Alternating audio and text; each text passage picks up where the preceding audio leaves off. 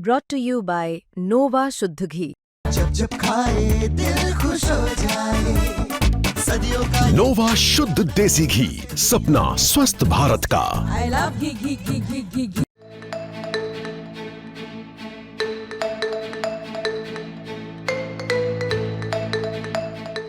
पाकिस्तान ने एक बार फिर अपनी सैन्य ताकत दिखाने की कोशिश की। पाकिस्तानी नौसेना ने समंदर में खड़े अपने ही युद्धपोत से नई एंटीशिप बैलिस्टिक मिसाइल का सफल परीक्षण किया है। पाकिस्तान ने मिसाइल का नाम सार्वजनिक नहीं किया, लेकिन दावा किया गया कि ये मिसाइल समुद्र और जमीन दोनों तरह के लक्ष्य पर सटीक हमला करने में सक्षम। इस परीक्षण के दौरान मिसाइल ने अपने लक्ष्य को सही तरीके से भेदा। एक वीडियो भी सामने आया जिसमें ये मिसाइल एक जहाज को उड़ाते दिखाई दे रही है। मतलब पाकिस्तान इस परीक्षण को बेहद सफल मान रहा है।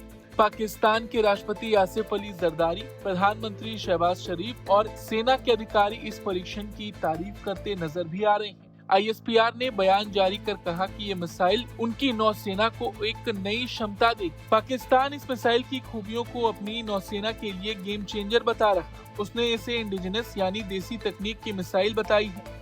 ये नौसेना के जहाज से लॉन्च होगी, समुद्र और जमीन दोनों पर हमला करने में सक्षम होगी। पाकिस्तान का ऐसा दावा है कि इस मिसाइल को डिटेक्ट करना आसान नहीं होगा। उड़ान के दौरान ये ट्रेजेक्टरी बदल सकती है। मतलब वो इस मिसाइल को लेकर कई दावे कर रहा है। अच्छा, आपको ये भी बता दें कि भारत से तनाव बढ़ने के बाद पाकिस्तान लगातार मिसाइल टेस्ट दिखा रहा है। सितंबर 2025 फतेह 4 क्रूज मिसाइल का परीक्षण किया, अब एंटीशिप बैलिस्टिक मिसाइल का परीक्षण। ये साफ है कि पाकिस्तान अपनी नौसेना और स्ट्राइक क्षमता को और आगे ले जाने की कोशिश में।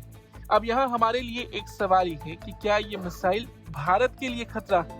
ये सबसे बड़ा सवाल है और जवाब साफ है, बिल्कुल भी नहीं। भारत के पास पहले से कई ऐसी मिसाइलें हैं जो पाकिस्तान की नई मिसाइल से तेज, सटीक और कहीं ज्यादा भरोसेमंद मानी जाती है। भारत के पास ब्रह्मोस सुपरसोनिक क्रूज मिसाइल, जिसकी स्पीड और स्ट्राइक क्षमता दुनिया में चर्चित है, और पाकिस्तान ने भी इस मिसाइल की ताकत देख रखी है। पाकिस्तान के अंदर ब्रह्मोस ने बड़ी तबाही मचाई थी। इसके अलावा निर्भय, पृथ्वी, अग्नि, ये सारी मिसाइलें भारत को तकनीकी बढ़त देती हैं।